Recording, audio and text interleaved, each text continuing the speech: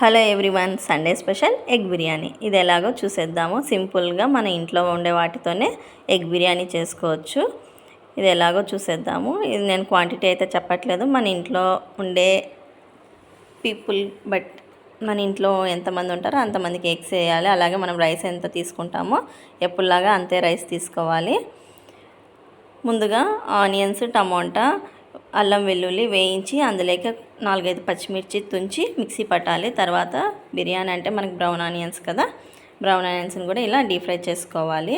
Deep fry చేసుకుని పక్కన పెట్టుకోవాలి. అదే కళాయిలో బాయిల్ చేసుకునే ఎగ్స్ని కాస్త ఉప్పు, కారం, పసుపు వేసి బాగా క్రిస్పీ వచ్చేంత వరకు వేయించుకోవాలి. వేయించుకున్న తర్వాత మనం ఎందులో అయితే రైస్ చేస్తామో అది స్టవ్ మీద పెట్టేసి ఈ ఆయిల్ కూడా అందులోకి వేయాలి. ఆయిల్ చూసి భయపడకండి, కొంచెం బ్రౌన్ వచ్చిందని. ఈ ఆయిలే అందులోకి వేసాను కాబట్టి కలర్ అలా ఉంది. స్పైసెస్ వేసుకోవాలి. షాజీరా, జీలకర్ర, మొగ్గ, లవంగ, మిరియా, బిర్యానీ ఆకు, చెక్క అనమాట.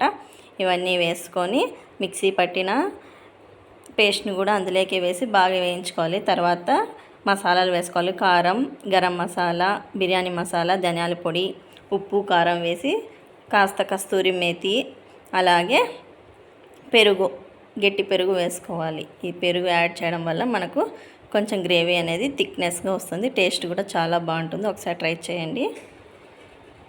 ఇలా బాగా పచ్చి వాసన పోయేంతవరకు వేయించి అందులోకి మనం నానబెట్టుకున్న ఒక అరగంట సేపు నానబెట్టుకోవాలి రైస్ని. ఆ రైస్ని వేసి అదే గ్రేవీలోకి బాగా మిక్స్ చేసుకొని మనము ఎసురు పక్కన కాంచుకోవాలన్నమాట. రైస్ తగ్గట్టు వాటర్ని కొంచెం హీట్ చేసుకొని రైస్కి తగ్గట్టు వాటర్ యాడ్ చేసి మూత పెట్టేయడమే.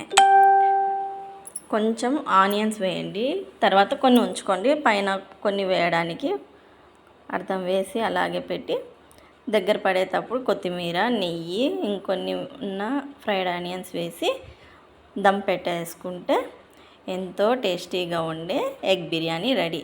పైన ఎగ్స్ వేయండి, వేయించి పెట్టుకున్న ఎగ్స్ని కూడా యాడ్ చేసి దమ్ పెట్టేయండి. టేస్టీ ఎమ్మి ఎగ్ బిర్యానీ రెడీ. ఒకసారి ట్రై చేయండి. టేస్ట్ ఎలా ఉందో కామెంట్ చేయండి. నేను కొంచెం సొంతంగా చేసినాను, అలాగే యూట్యూబ్ చూసి కూడా చేశాను. టేస్ట్ అయితే చాలా బాగా వచ్చింది. మీరు కూడా ఒకసారి ట్రై చేయండి. చాలా సింపుల్గా మన